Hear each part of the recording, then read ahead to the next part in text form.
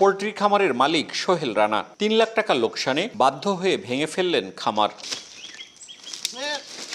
Rajshahi poultry development অ্যাসোসিয়েশনের তথ্য মতে বছর 10 আগেও পবার, মল্লিকপুর, পারিলা, কুখন্ডি, রনহাট, মোসলেম ও আশরাফের মোড় সহ আশেপাশের এলাকায় প্রায় ৩,০০০ খামার ছিল। বর্তমানে টিকে আছে মাত্র ৩০০। একই দশা পুরো জেলার। আমি এখানে মুরগি করে আমি কোনো লাভ করতে পারিনি, তো লস আছে বিধায় আমি এখানে টিকতে পারছি না। না টিকার কারণে আমি খামারটা ভেঙে ফেলছি। খামার সংশ্লিষ্টরা বলছেন, মুরগির খাবার, ভ্যাকসিন, ওষুধ ও শ্রমিকের মজুরি বেড়েছে লাগামহীনভাবে। এর বিপরীতে খামার পর্যায়ে প্রতিটি ডিমের উৎপাদন খরচ 9.5 থেকে 10 টাকা হলেও বিক্রি 7 থেকে 10 টাকা। এতে পুঁজি হারিয়ে নিঃস্ব ক্ষুদ্র উদ্যোক্তারা।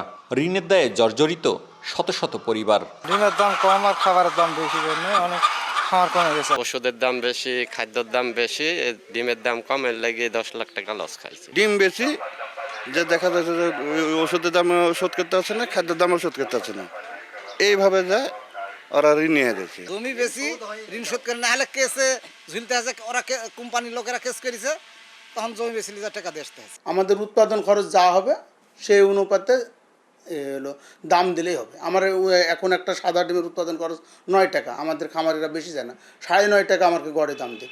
একটা লাল ডিমের উৎপাদন খরচ 10 টাকা, 10.5 টাকা সরকার দাম দিক, গড়ে দাম দিক। হ্যাঁ, উত্থান পতন আছে, একসময় 8 টাকা লাগলে তাহলে আমার উপর 11 টাকা দিক, তাহলে আমরা কি লাখ লাখ প্রান্তিক খামারিরা টিকে যাবে। আমার আপনি চিন্তা করেন, এই এলাকা 3000 আমরা খামারি ছিলাম 2020 সালে, আজ 6 বছরের মাথাতে এসে আমরা 300 জন মাত্র। প্রান্তিক খামারিদের অভিযোগ, টানা লোকসানে কম পুঁজির ব্যবসায়ীরা সরে এসেছে পোল্ট্রি খাত থেকে।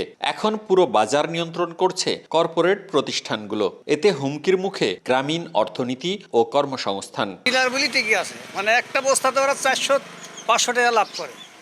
সাধারণ কৃষক একদম শেষ করে দিচ্ছে। নির্বাহী কর্মকর্তারা আছে, উপজেলা আছে, মৎস্য অফিসারের বড় বড় লেকচার, বড় বড় অডিট, বড় বড় এই সেই, কিন্তু বাস্তবের চিত্র খুবই ভিন্ন। তবে খামার কমলেও জেলায় বার্ষিক চাহিদার তুলনায় ডিম ও মাংসের উৎপাদন এখনও বেশি, জানিয়েছেন প্রাণী সম্পদ কর্মকর্তা। প্রান্তিক খামারিদের টিকিয়ে রাখতে বিশেষ ভর্তুকির দাবি তার।